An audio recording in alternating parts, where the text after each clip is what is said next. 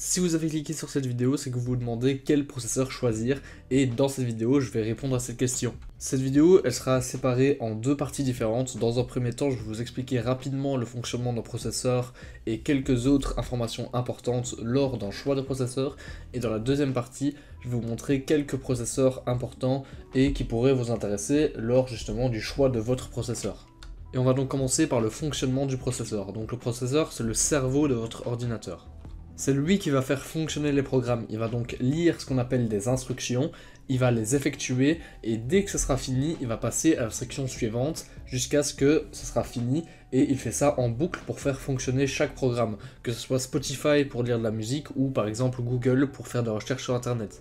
Lors de l'achat d'un processeur, ce qu'il faut regarder, c'est le nombre de cœurs et de threads, la mémoire qu'il a, c'est-à-dire le cache, et la fréquence à laquelle il tourne, parce que plus il va vite, plus il peut faire d'opérations et donc mieux il tourne. Et enfin, dans la fabrication des processeurs, il y a deux marques très importantes, c'est Intel et AMD. Mais par contre, il y a apparemment des rumeurs que Nvidia pourrait peut-être se joindre à la fabrication des processeurs dans les futurs mois ou années, mais ça, c'est à voir dans le futur. Et enfin, avant de passer à la partie 2, je vais vous présenter quelques processeurs qui ont été très importants dans l'histoire, en commençant par l'Intel 4004, c'est le tout premier processeur commercialisé. Il est sorti en 1971 et c'est franchement une pièce importante dans l'histoire des processeurs. Il y a ensuite l'Intel 8086, c'est le tout premier processeur dans l'architecture x86. L'architecture x86, c'est l'architecture actuelle, donc il y a dans vos processeurs justement Ryzen et Intel Core. Et enfin, dans l'histoire de processeurs, il y a l'Intel Pentium D, c'est le tout premier dual-core en x86. Je précise bien en x86 car il y a eu d'abord un processeur dual-core de IBM, mais du coup il n'était pas dans la même architecture. On va maintenant passer à la partie 2 où je vous présente quelques processeurs que vous pourrez choisir par rapport à vos besoins. On va donc commencer avec l'i3 12100F, c'est un petit processeur pour 94€. Il a 4 cœurs et 8 threads, il tourne à 4,3 GHz et il a 12 Mb de cache. Donc ce ne sont pas des valeurs très hautes, à part en soi la fréquence qui est assez bien, et c'est pour ça que c'est un processeur qui est de l'entrée de gamme. Généralement, plus vous montez en prix, plus vous aurez de cœurs et de cache. La fréquence monte aussi, mais franchement ça dépend des processeurs. Vous pouvez avoir un 13600KF qui a une plus haute fréquence qu'un 13700, alors que le 13700 coûte plus cher. On passe maintenant à un processeur un peu plus cher, c'est le Ryzen 5 5600, il a cette fois-ci 6 cœurs, 2 threads, et comme vous pouvez le voir, il a une fréquence qui est assez similaire, donc comme je vous l'ai dit, ça monte pas forcément, et il a un ventirad compris, donc franchement c'est pas un processeur qui est trop cher pour ses performances. Je ne l'ai pas dit pour le processeur précédent, je vais le dire maintenant, l'i3 que j'ai présenté avant, il est surtout bien pour le gaming car il a une haute fréquence mais pas beaucoup de cœurs.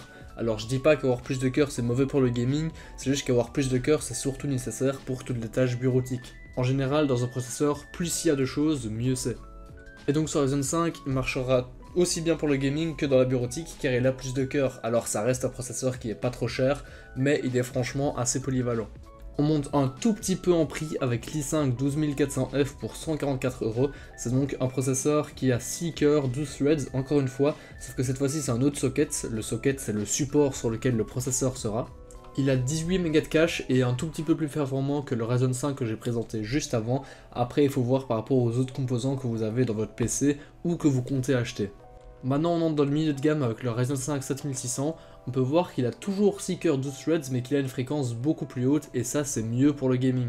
En général, si vous voulez savoir si un processeur est plus orienté vers le gaming ou vers la performance en bureautique, regardez juste le nombre de cœurs et la fréquence. Si la fréquence est très haute et qu'il n'y a pas trop de cœurs, c'est généralement pour le gaming, et s'il y a plein de cœurs et que la fréquence elle n'est pas forcément spéciale, c'est plus adapté pour toutes les tâches bureautiques. On va justement le voir avec le prochain processeur, c'est l'i5 13500, et ici on peut voir qu'il n'a pas forcément une fréquence qui est super haute comparée au 7600, ça reste quand même une très bonne fréquence, mais surtout on voit qu'il a 14 cœurs, donc c'est beaucoup plus adapté pour toutes les tâches bureautiques comme le rendu, la 3D, etc. Donc si vous faites par exemple de la 3D et que vous avez besoin d'un PC aux alentours des 1100-1300€, l'i5 13500 il est franchement fait pour vous. Je tiens aussi à préciser que c'est pas parce que vous choisissez un processeur pour la bureautique qui sera nul en gaming, c'est juste plus adapté et donc ça sera mieux pour ce que vous faites. Après, si vous voulez un jour jouer à un jeu qui est plutôt intensif, ce processeur là il fera largement l'affaire. On passe maintenant au début du haut de gamme avec l'i5 13600KF, il a toujours 14 cœurs mais il a une fréquence plus haute.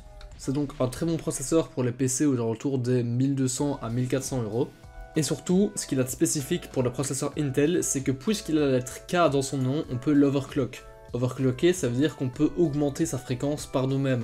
Donc ici, il va jusqu'à 5,1 GHz. Si on veut améliorer ses performances au prix d'avoir plus de degrés, donc il chauffera plus, on pourra par exemple la monter à 5,5 GHz et il fonctionnera du coup plus vite. Pour ce qui est des processeurs Ryzen, vous avez de toute façon l'option, que ce soit pour un plus petit processeur comme le 5600 que je vais présenter en deuxième, ou alors pour les processeurs les plus haut de gamme, vous l'avez dans tous les cas. En parlant de Ryzen, je vous présente le 7900X 3D, c'est donc un processeur vraiment dans le haut de gamme. On peut voir qu'il a 12 cœurs, 24 threads, qu'il tourne à du 5,6 GHz, donc c'est franchement très rapide, et qu'il a énormément de cache, on peut voir qu'il en a 140 mégas. Alors dans le cache, il y a 3 zones, il y a le L1, le L2 et le L3.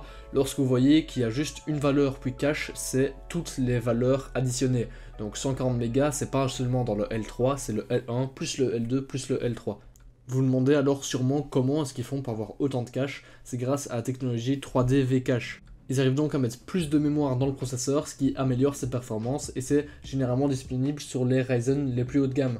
Il n'y a pas ça chez Intel car c'est une technologie que AMD a développée. Et enfin pour finir, ce processeur, on ne peut pas vraiment dire s'il est fait pour le gaming ou plus pour les tâches bureautiques, car franchement il est très polyvalent, il a énormément de cœur et il a une très bonne fréquence. Donc dans les processeurs haut de gamme, généralement, lorsque vous le prenez, peu importe ce que vous allez faire, il sera parfait dans cette tâche-là. Et donc dans ce cas-ci, ce processeur-ci, il ira très bien dans une configuration aux alentours des 2500-3000 €, donc franchement on a des configurations qui sont très haut de gamme. N'hésitez pas à me dire ce que vous avez pensé des quelques processeurs que j'ai présentés, ou alors d'en présenter un autre dans les commentaires.